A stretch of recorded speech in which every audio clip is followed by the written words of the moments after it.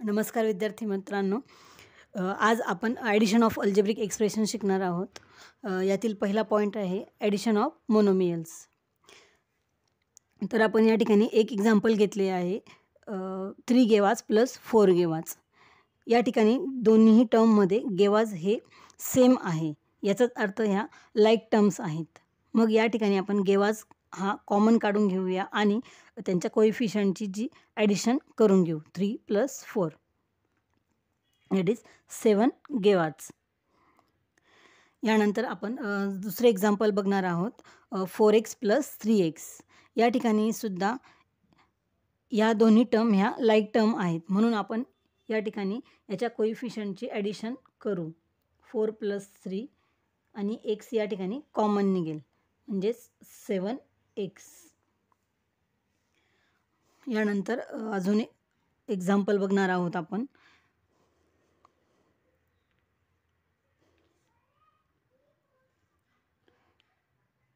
-3x - 8x + 5x.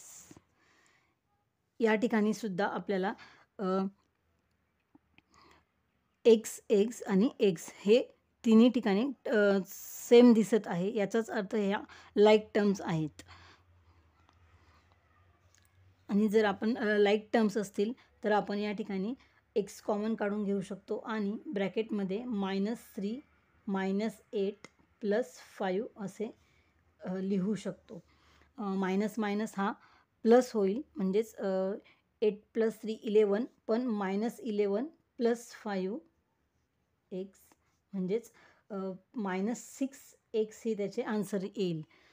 तर -6 कसा आला, तर हा निगेटिव्ह आहे आणि हा पॉझिटिव्ह आहे, याचा अर्थ त्यांची सबट्रॅक्शन होईल आणि give the sign of bigger number, म्हणजेच मोठ्या संख्येचं चिन्ह देणार आहोत आपण या ठिकाणी. तर आपण याला मायनस साईन दिले.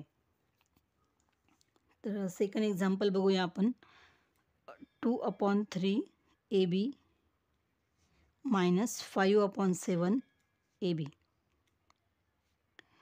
या ठिकाणी सुद्धा आता लाईक टर्म्स आहेत. ह्या AB ह्या पहिल्या टर्ममध्ये आहे आणि दुसऱ्या टर्ममध्ये सुद्धा AB आहे आणि त्यांची पॉवरसुद्धा सेम आहे, म्हणजेच ह्या लाईक टर्म्स आहेत. तर या ठिकाणी आपण 2/3 - 5/7 असे लिहून घेऊ आणि AB या ठिकाणी कॉमन काढून घेऊ.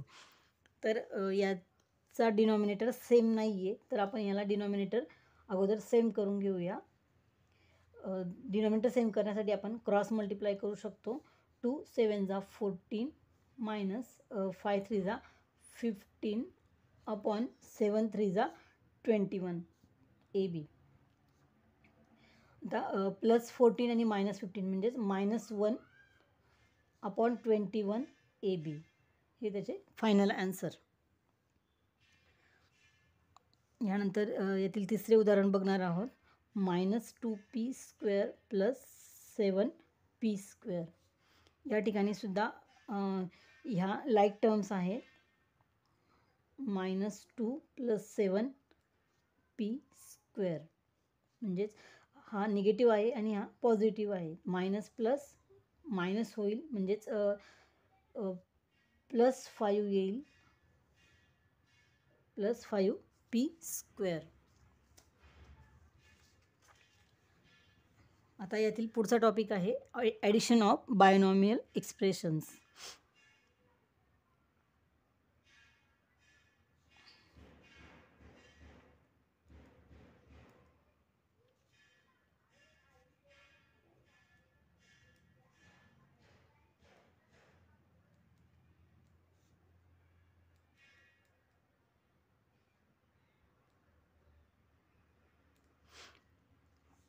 यातील पहिले उदाहरण बघणार आहोत 2x + 4y + 3x + 2y.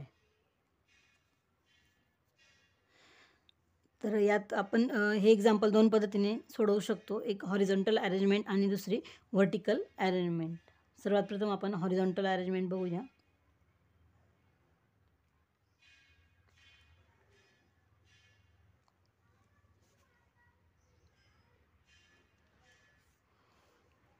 तर हॉरिझॉन्टल अरेंजमेंट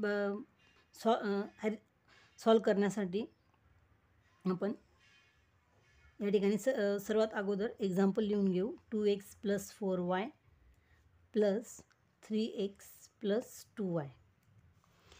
यानंतर आपण लाईक टर्म्स जवळ आणणार आहोत, म्हणजेच 2x आणि 3x आणि 4y आणि 2y यांना आपण जवळ लिहून घेणार आहोत. 2x + 3x + 4y + 2y. जेव्हा आपण ह्या लाईक टर्म्स जवळ आणतो त्यांच्या साईन्ससोबत आपल्याला त्यांना जवळ लिहायचे आहे. तर 2x + 3x म्हणजेच 5x आणि 4y + 2y म्हणजेच 6y. या ठिकाणी आपण हे एक्झाम्पल सॉल्व केले आहे. तर याची व्हर्टिकल अरेंजमेंट जर बघायची म्हटली तर